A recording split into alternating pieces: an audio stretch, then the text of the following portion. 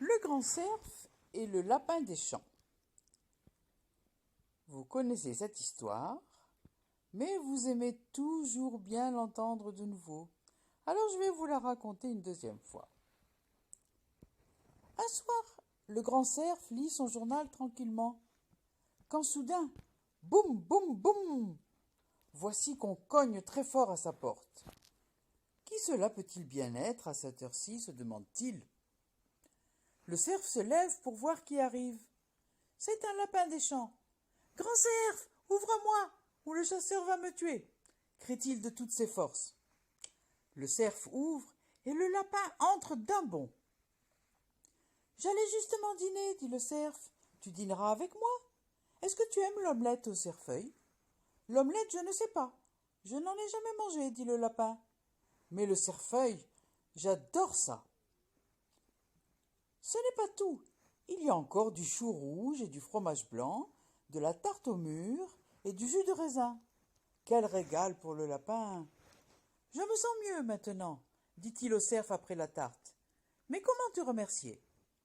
En essuyant la vaisselle, par exemple, répond le cerf, et en faisant une partie de cartes avec moi. Il y a très longtemps que je n'ai pas joué aux cartes.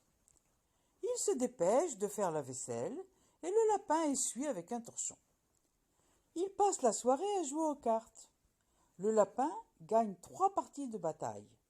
Mais à la belote, c'est le cerf qui gagne tout le temps. Chacun son tour, et il commence à être un peu fatigué. La pendule sonne 9 heures. Au lit maintenant, dit le cerf, et il range les cartes. Le lapin aurait préféré jouer encore un peu, mais comme il est chez le cerf, il n'ose rien dire. Pourtant, il fait sa toilette soigneusement, sans oublier les oreilles et les pattes. Il se savonne, il se rince, grimpé sur son tabouret, et il s'essuie. Bonne nuit, dit le grand cerf, en bordant le lit du lapin. Bonne nuit, répond le lapin d'une toute petite voix, car c'est la première fois qu'il dort tout seul, et il a un peu peur. Le cerf s'endort très vite. C'est normal, il est chez lui. Alors il est dans son lit qu'il connaît bien, dans sa maison. Il a bien mangé, il a passé une bonne soirée. Il s'endort tout de suite. Mais pas le lapin, qui pense encore au chasseur et qui n'ose pas souffler sa bougie. Il réfléchit. Il ne connaît pas cette chambre. Il est encore un petit peu malheureux. Alors il décide de se lever. Il se lève et il va chercher le paquet de cartes. Et il recommence à jouer, mais tout seul, puisque le cerf dort. Alors il fait 1 partie, 2 parties, 3 parties. Mais c'est très difficile de jouer tout seul aux cartes. Il finit par s'endormir sans le vouloir, les cartes étalées sur le lit. Il est déjà très tard, pas loin de 10 heures peut-être. Et le voilà endormi. Il fait grand jour quand le lapin s'éveille. Vite, il range sa chambre. En ouvrant la fenêtre, il voit le grand cerf, qui rentre de sa promenade matinale. Bonjour, dit le grand cerf. Beau temps pour la saison. Que prendras-tu pour le petit déjeuner? Avec le café au lait, le grand cerf a préparé aussi des œufs à la coque et du gruyère, du pain frais et du pain grillé, du beurre et de la gelée du coin. Alors, as-tu bien dormi? Demande le cerf. Pas très bien, avoue le lapin. Je pensais au chasseur. Moi aussi, j'ai pensé à lui, dit le cerf. Regarde bien ce que nous allons faire. Et le voilà qui s'installe à son bureau et se met à peindre sur une planche. Le lapin se tait pour ne pas le déranger. Le grand cerf, dans son atelier, cloue la planche sur un bâton. Voilà un écriteau, dit-il au lapin. Nous allons le planter à l'entrée de la forêt. Tu viens?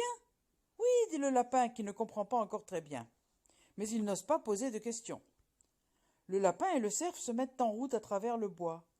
Tiens, un écriteau, dit l'écureuil. Qu'a bien pu écrire le grand cerf? Demandent les bécasses. Et le lapin et les bécasses suivent pour voir ce qu'il y a écrit. Mais personne ne peut répondre, car personne ne sait lire. Suivons-les, décident les musaraignes. Moi je vais voir, dit le hérisson au faisan.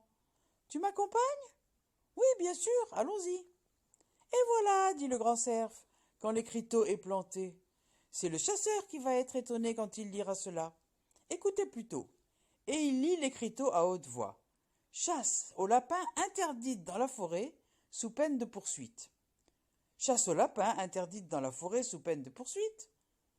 Et les poursuites, c'est moi qui m'en charge, comme d'habitude, dit le sanglier qui vient d'arriver. Et le renard lui dit, moi aussi je vais poursuivre le chasseur avec toi. Tralala, chante le lapin des champs, plus de chasseurs, fini d'avoir peur. Et depuis ce jour-là, le lapin des champs habite dans les bois, danse avec le cerf et les petits oiseaux, et tout le monde est bien tranquille et bien content. Et après, chacun a mis son écriteau. Le lapin a dit interdiction de chasser le lapin. Le renard chasse au renard interdite. Le sanglier